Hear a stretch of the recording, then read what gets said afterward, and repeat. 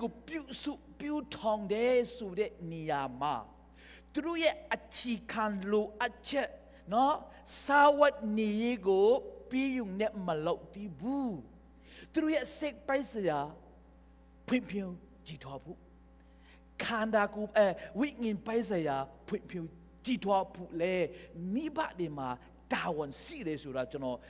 introduction အနေနဲ့ကျွန်တော်ပြောချင်တာဖြစ်ပါတယ်။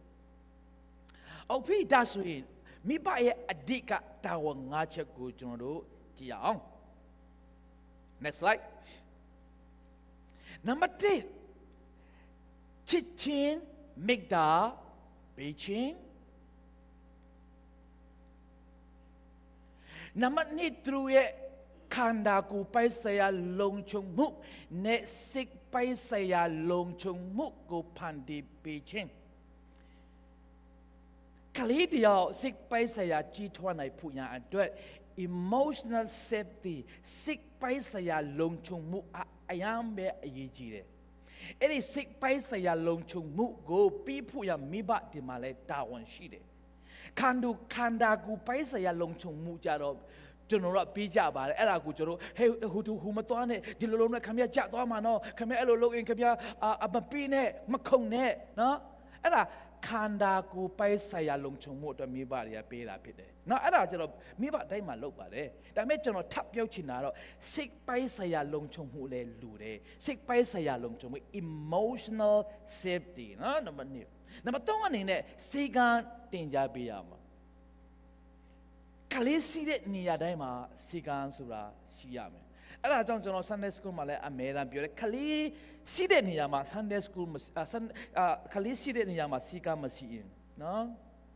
မိသားစုမှာစေကံမရှိရင်နော်ဘာနဲ့တူတယ်လဲဆိုတော့ကျွန်တော်ကလေးတွေကိုနော်ဘောလုံးကန်တဲ့အခါမှာဒိုင်လူကြီးမရှိတဲ့ဘောလုံးပွဲနဲ့တူပါတယ်လို့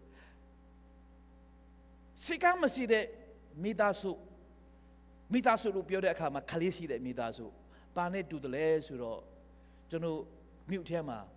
မီးပွက်မရှိဘဲနဲ့ကားမောင်းတို့ဖြစ်နေတယ်နော်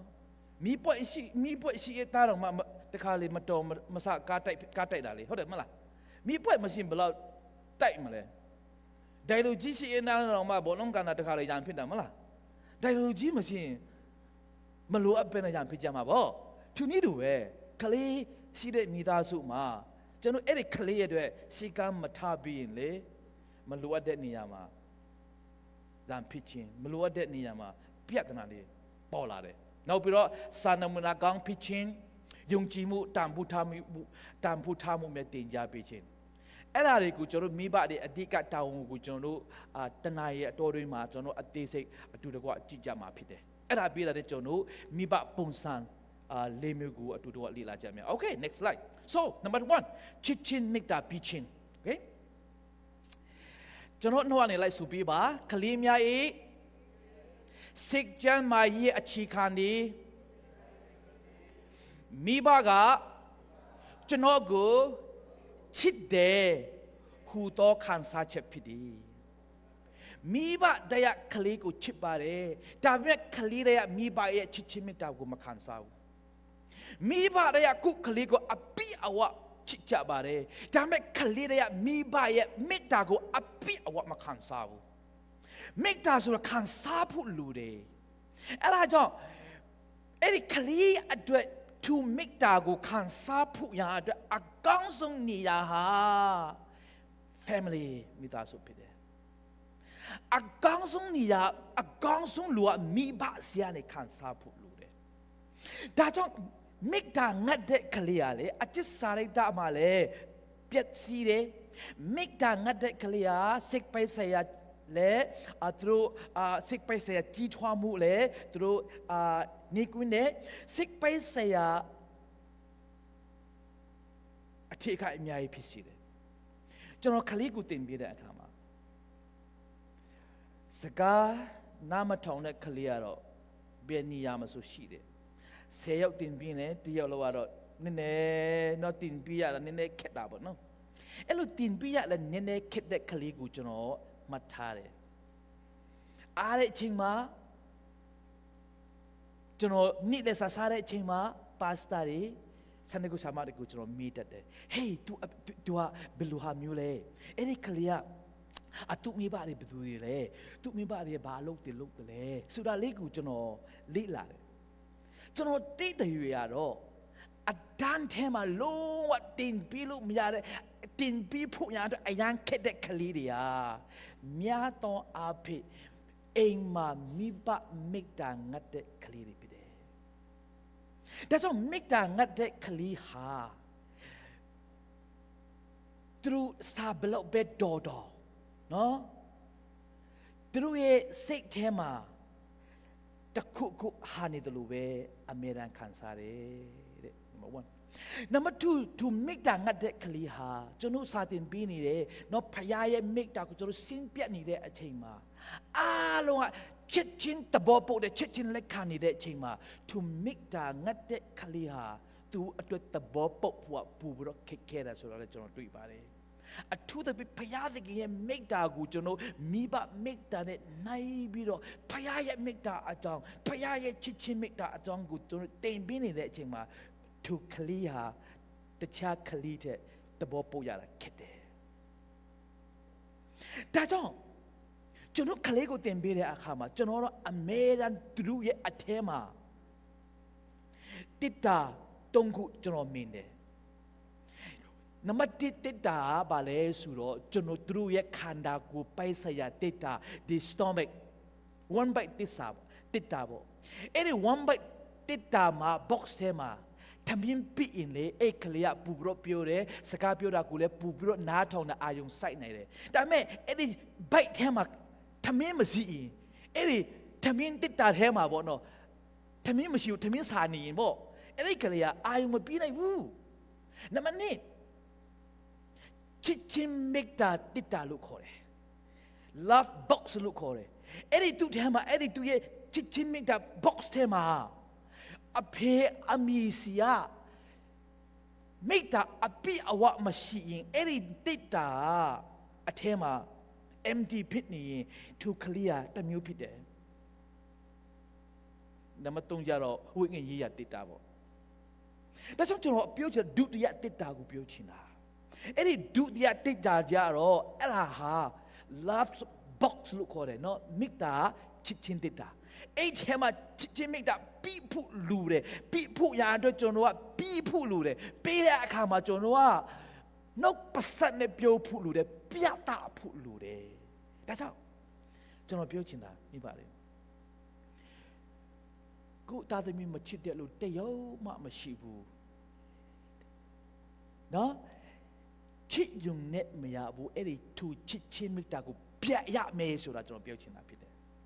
ဖျားရဲ့ parenting ပုံစံကိုကျွန်တော်ပြောပြပြီလေကျွန်တော်ကောင်းကင်ဘုံမှာရှိတဲ့ဖျားသခင်ကကျွန်တော်တို့ကိုပြုထောင်တဲ့နေရာမှာချစ်တယ်ဆိုတော့နော်ပြောဆိုမဟုတ်ဘူးသူရဲ့ချစ်ချင်းမိတ္တာကိုကျွန်တော်တို့ကိုကားတဲ့ပုံမှာပြတာတယ်နော်ဒါကြောင့်ကျွန်တော်ပြဖို့လူတယ်ဆိုတာကိုကျွန်တော်ဒီနေရာမှာပြောချင်ပါတယ် so next ကလေးတွေကိုမိတ္တာမခံစားပါကတဲ့ number 1ကိုယုံကြည်မှုနေတယ် confident နေလာတယ်ဒါကြောင့်ကျွန်တော်ခုနပြောတာမိတ္တာတွေမိဘအုပ်ထင်းမှုရဲ့အခြေခံဖြစ်တယ်ဘာမှဆိုမိတ္တာတဲ့စရမဲဆိုတာအဲ့ဒါကြောင့်လေမိတ္တာကမင်းတို့ကလေးတွေကိုကျွန်တော်ကလေးတွေကိုမှရိုက်တကွာနော်ဥပမာချစ်လို့ရိုက်တယ်မိတ္တာပေါ်မှာအခြေခံအဲ့ကလေးကသဘောပေါက်တယ်သူနားလေတယ်ဒါပေမဲ့ကျွန်တော်ကမိဘကူရဲစိတ်မထင်းနိုင်လို့ရိုက်တာမျိုးနော်အဲ့ဒါမျိုးကြတော့မကောင်းဘူးသူတို့ကလည်းတည်တယ်အဲ့ဒါကြောင့်ကလေးမဆုံးမခင်လေးမှာမအော်မဟုတ်ခင်လေးမှာကိုယ့်ရဲ့စိတ်ကိုပြန်စစ်စစ်ဖို့လို့တယ်ကျွန်မအယံစိတ်ဆူနေပါသလားအယံစိတ်ဆူခဏနေခဏဆောင်အောင်စိတ်ဆူတာလည်းကိုလေပြန်လျှော့အောင်ပါနော်10 minute 2 minute 3 minute လောက်စောင့်ကြည့်နော်အဲ့ဒါကို patient လို့ခေါ်တယ် control လို့ခေါ်တယ်ဖျားကျွန်တော်ကိုပြုစုပေးထောင်တဲ့နေရာ number 1ဖျားချီခံတာလေ love number 2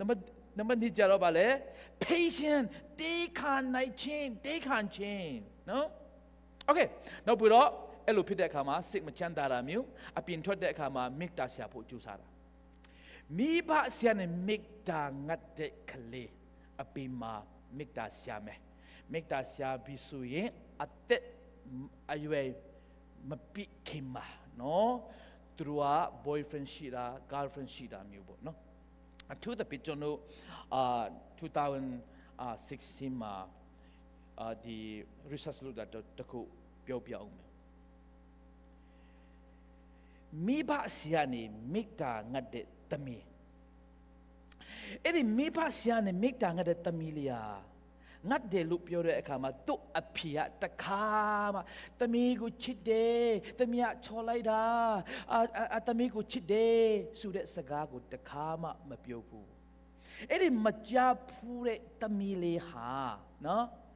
male's voice လို့ခေါ်တယ်ယောက်ျားအတန်နဲ့ပြောတဲ့ချစ်ချင်းမေတ္တာပေါ့တခါမှမကြားဘူးတဲ့သမီးလေးဟာသူကကြီးထွားလာပြီးတော့တဲ့ကြီးထွားလာတဲ့အခါမှာ15နှစ်16နှစ်လောက်အရောက်တဲ့အခါမှာအပင်သွားတဲ့အခါမှာအပင်ကယောက်ျားပေါ့ယောက်ျားတစ်ယောက်ပေါ့ယောက်ျားအတန်နဲ့သူ့ကိုလမ်းဆလိုက်တာပေါ့ဟေးချော်လိုက်တာနေကောင်ကချစ်လိုက်တာဆိုပြီးပြောလိုက်တဲ့အခါမှာသူ့စိတ်ကခဏလေးနဲ့ယုံပြီးတော့လူမှားတွေနဲ့လွယ်လေးနဲ့တွေ့တယ်သူ့နားထဲမှာယောက်ျားအတန်နဲ့ male's voice နဲ့သူ့အဖေရှာနဲ့တခါမှချစ်ချင်းမိတာပြတ်တဲ့ဟာကိုနော်နော့ပစတ်နဲ့ပြတ်တဲ့ဟာကိုမကြားဘူးတော့အပြင်မှာအဲ့လိုကြားတဲ့အခါမှာလွယ်လေးနဲ့ယုံတယ်ဒါပေမဲ့ငငယ်ကရနော်တော့အဖေရှာနဲ့တမီးကိုချစ်လိုက်တာတမီးကချော်လိုက်တာဟိုတမီးကချစ်လိုက်တာစူပြီးတော့ခဏကြားတဲ့တမီးကတော့ကြီးလာတဲ့အခါမှာဘယ်ယောက်ျားပဲပြောသွားတော့ချစ်ချင်းမိတာအမှန်နဲ့အမှားကိုခွဲခြားတတ်တယ်သူကြတော့လွယ်လေးနဲ့မယုံဘူးတခါမှမကြားဘူးတဲ့တမီးလေးကြတော့အမှားနဲ့အမှားမခွဲခြားတတ်ဘူးဒါကြောင့်ပြဖို့လူတယ်